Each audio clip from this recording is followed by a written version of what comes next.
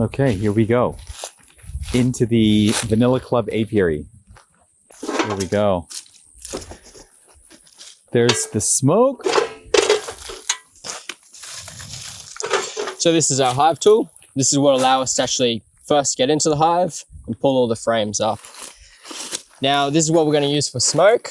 You can use leaves around you, but I always have a bit of cardboard. Make sure there's no any toxic chemicals as far as plastics, burn it, tape, everything like that. You want to have this in a bit of a log and start her up.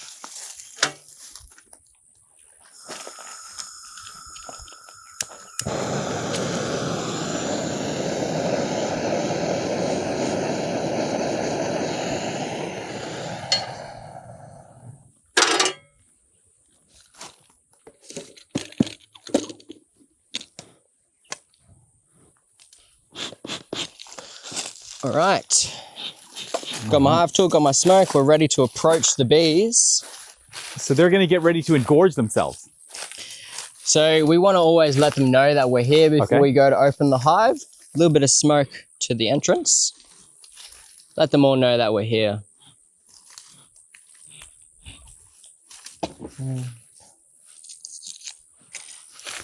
Now I'll start with this end hive. When you're working your hive, you want to try not stand in front of them the majority of the time. This is a no-no. Bees are going to block up in front of you and get a bit grumpy because they can't get home. So you're going to stand to the side.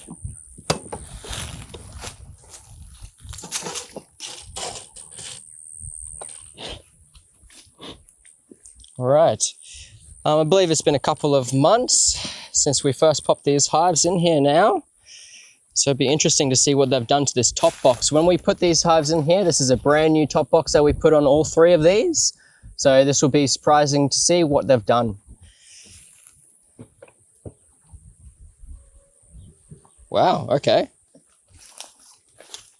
So we can have a look in there. Looks like we've actually got some honey and possibly some brood in the center just from the looks of the top, but we won't know until we actually go into it. We can actually see that they've even started to fill up a bit of the roof here with some burr comb, which is what we call extra comb that they've decided to build themselves. This is how a hive would naturally look if it wasn't frames. So thank God it's not like that and I can actually pull it apart. So we can put our lid down next to the hive. A little bit of smoke. Now we've opened the hive. And a little bit at the front as well. I always like to go for one edge frame first to give me a bit more room. So I take this out. This is also which they will work the last, since it's the very outside of the hive. This is a foundation frame. This is how the frames first look before the bees have started to work them. So I put this one out. Now I have room to actually go through the hive. And you can see here right next to it, they're already starting to basically 3D print out that foundation sheet. So it used to look like that. And they're starting to print it out on both sides. See that? Wow. And this will get used for brood, pollen, honey. They use the same cell for everything within the hive.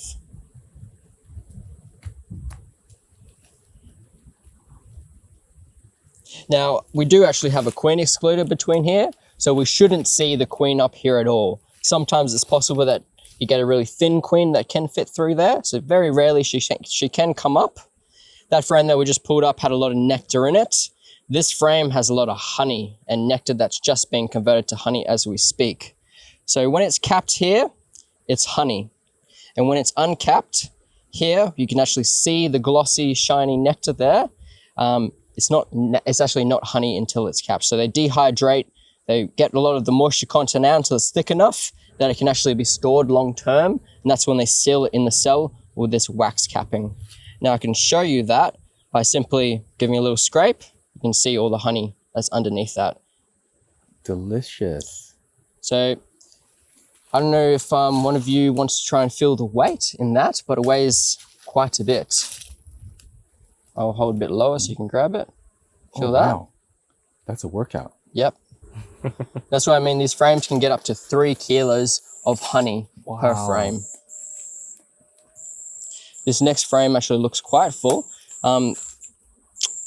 bees have done well. Now, filling the honey, does it happen from the center towards the outside? Yes, they'll always try and work in the center of the hive. That's where the main activity will be. And the last frames to be worked will be the outside frames.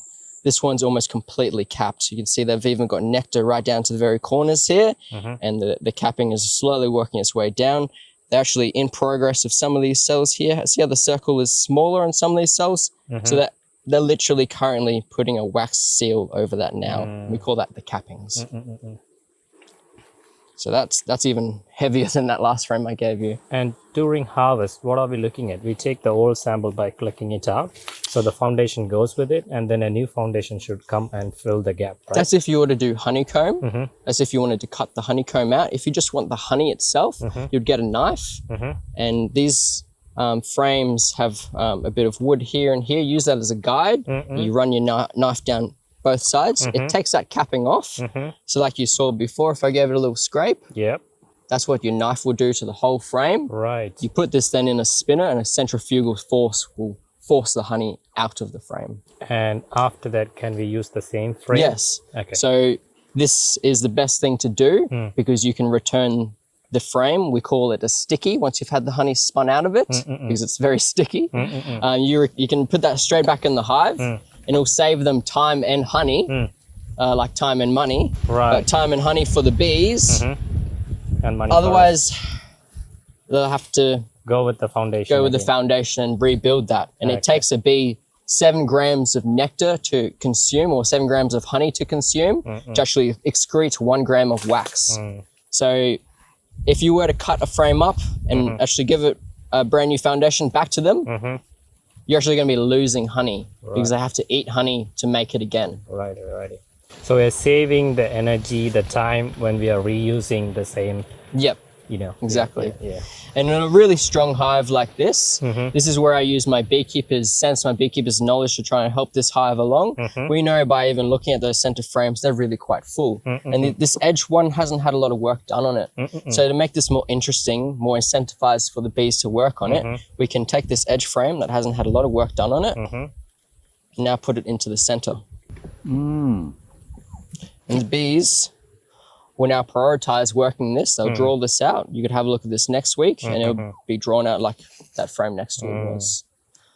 Well, with that, Zach, thank you so much for sharing. Thank you for coming on and being, again, so forthcoming with your extensive knowledge and obvious passion with bees and beekeeping.